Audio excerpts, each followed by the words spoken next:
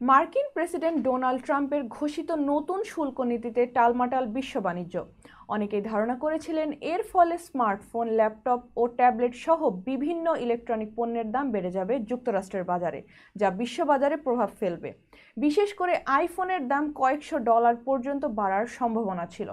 তবে ট্রাম্প প্রশাসন মোবাইল ও কম্পিউটার সহ বেশ কিছু ইলেকট্রনিক পণ্যের উপর শুল্ক চাপানোর সিদ্ধান্ত থেকে সরে এসেছে।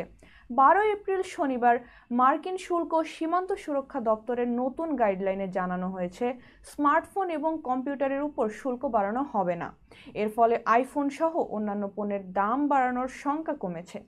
উল্লেখ্য, প্রায় 80% অ্যাপল পণ্য চীনে উৎপাদিত হয়, তাই চীনা পণ্যের উপর উচ্চ শুল্ক আরোপের কারণে এই পণ্যের দাম বেড়ে যাওয়ার আশঙ্কা ছিল।